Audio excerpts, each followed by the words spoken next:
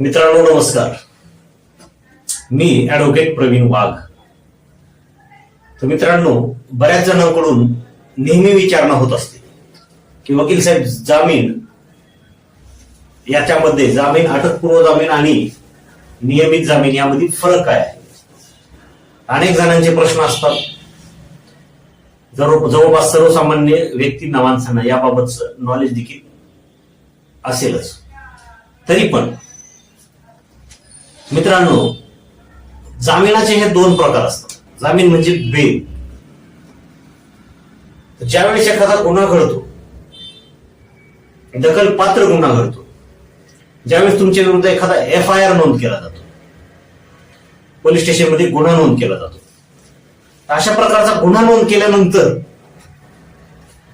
काय काय वेळेस विनाकारण आपले त्या FIR मध्ये नावं घेतलेली असतात, आपला अर्थार्थी काही संबंध नसताना, किंवा विनाकारण खोट्या केसेस केले जातात.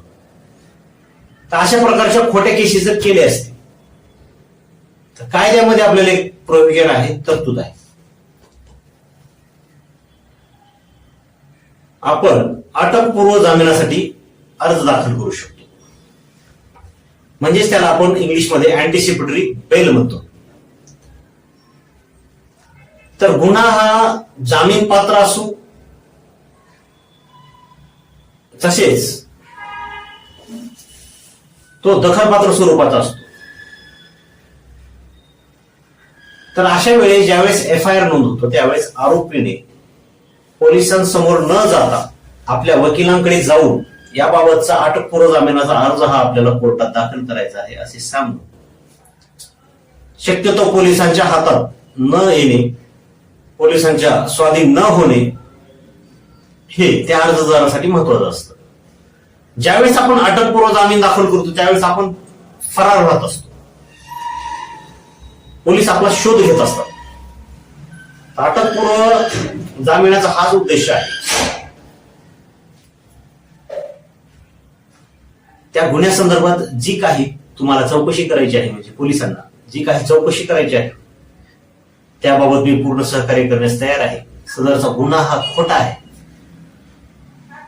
जर आपण अटकपूर्व जामीन न घेता जर पोलिसांसमोर सहकार्य करायला गेला तर पोलिसांना पर्याय काय राहतात? एक म्हणलं तर तुम्हाला अटक दाखवावं लागतं. अटक दाखवून तुम्हाला कोर्टात रिमांडसाठी हजर केलं जातं व पोलीस ताबा मागितला जातो, पोलीस कस्टडी मागितली जाते पुढील तपासासाठी.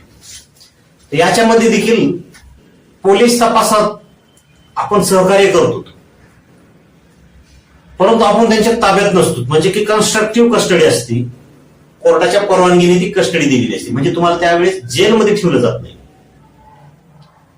पोलिसाच्या जेलमध्ये ठेवलं जात नाही, न्यायिक जेलमध्ये सुद्धा ठेवलं जात नाही. म्हणजे PCR आणि MCR म्हणतो आपण. अटकपूर्व जामिनाचे हेच फायदे असतात आपल्याला, की आपण जर त्याच्यात काही केलेलं नसेल तर आम्ही पोलिसांना तपासासाठी सहकार्य करण्यास तयार आहोत. कोर्ट जे काही आम्हाला आदेश देईल त्याप्रमाणे आम्ही आमचा जामीनदार द्यायला तयार आहोत आणि ज्याप्रमाणे आदेश करेल ते त्याप्रमाणे आम्ही पोलिसांना तपासामध्ये सहकार्य करण्यास तयार आहोत.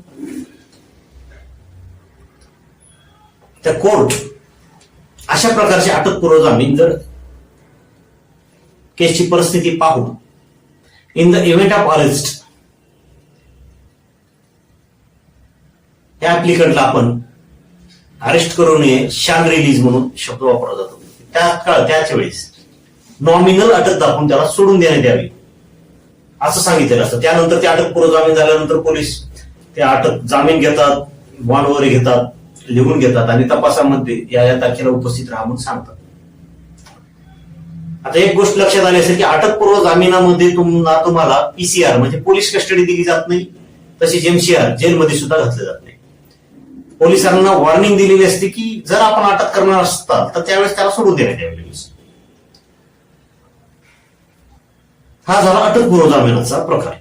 आता रेग्युलर जामीन असतो. काही केसमध्ये रेग्युलर जामीन म्हणजे नियमित जामीन. तर ज्या केसेस ह्या बेलेबल आहेत, म्हणजे बेल हा त्या आरोपीचा अधिकार आहे, अशा प्रकारच्या केसमध्ये ज्यावेळेस आरोपी हा बेलसाठी अर्ज करतो त्यावेळेस कोर्टाला त्याबाबत बेल द्यावी लागते. कारण bail is a right of accuse. अशा केसमध्ये jail is an exception and bail is a rule हे तत्व पाळून शक्यतो कोर्ट बेलेबल ऑफिसमध्ये तात्काळ जामीन देतं.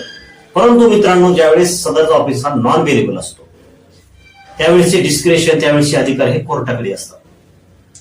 कोर्ट परिस्थिती पाहून जरी पोलिसांनी आपल्याला पकडून आणलेलं असेल, ताब्यात आणलेलं असेल, तरी त्याच दिवशी सुद्धा कोर्ट बेल ग्रँट करतं किंवा कधी कधी सरकार पक्षाची पूर्ण बाजू ऐकून बेल ग्रँट करतं, बेल मंजूर करतं. तर मित्रांनो, यामध्ये फरक एवढाच आहे की अँटीसिपेटरी बेलमध्ये एफआयआर झाल्यानंतर आपण पोलिसांनी आम्हाला अटक करू नये म्हणून आपण अर्ज दाखल करतो. तर रेग्युलर बेलमध्ये आपल्याला ऑलरेडी पोलिसांनी अटक केलेली असते. अटक करून त्यांनी पोलीस कस्टडी आणि जेल कस्टडीसाठी आलेले असतात. तर या रेग्युलर जामीनमध्ये आणखी एक प्रकार आहे की कधी कधी एखाद्या नॉन बेलेबल ऑफेन्समध्ये आरोपीचा जामीन हा होत नाही. परंतु तपास पूर्ण झाल्यानंतर, चार्जशीट आल्यानंतर, दोषारोपपत्र आल्यानंतर आरोपीचे हे अधिकार आहेत. काही गुन्ह्यामध्ये 60 दिवसांपर्यंत चार्जशीट येणं आवश्यक असतं आणि काही गुन्ह्यामध्ये 90 दिवसापर्यंत. जर 60 दिवसापर्यंत पोलिसांनी चार्जशीट दाखल नाही केली तर आरोपीचा तो जामीन मागण्याचा, बेल मागण्याचा हा अधिकार असतो. तसेच 90 दिवसामध्ये देखील जर दोषारोपपत्र आलं नाही, तुमच्या विरुद्ध चार्जशीट आली नाही, तर आरोपीचा तो देखील एक राईट आहे. त्याच क्षणी कोर्ट आरोपीने अर्ज केल्यानंतर आरोपीला 90 दिवसाच्या वर 1 दिवस सुद्धा झाला किंवा 60 दिवसाच्या वर 1 दिवस सुद्धा झाला तरी त्या क्षणी कोर्ट ही बेल मंजूर करतं, डिफॉल्ट बेल दिली जाते. यामध्ये प्रशासनाची आणि पोलिसांचा निष्काळजीपणा असल्यामुळे किंवा वेळेत पोलीस आणि प्रशासन हे चार्जशीट, दोषारोपपत्र हे दाखल करू शकले नसल्यामुळे डिफॉल्ट बेल आरोपीला दिली जाते. असे हे अँटीसिपेटरी बेल, रेग्युलर बेल आणि डिफॉल्ट बेल असे हे 3 प्रकार आहेत. तर यावरती आपण सविस्तर एक व्हिडिओ बनवणार आहोत.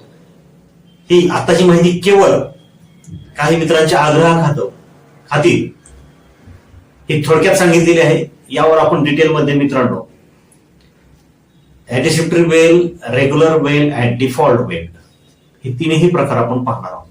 तोपर्यंत थांबूया मित्रांनो. नमस्कार.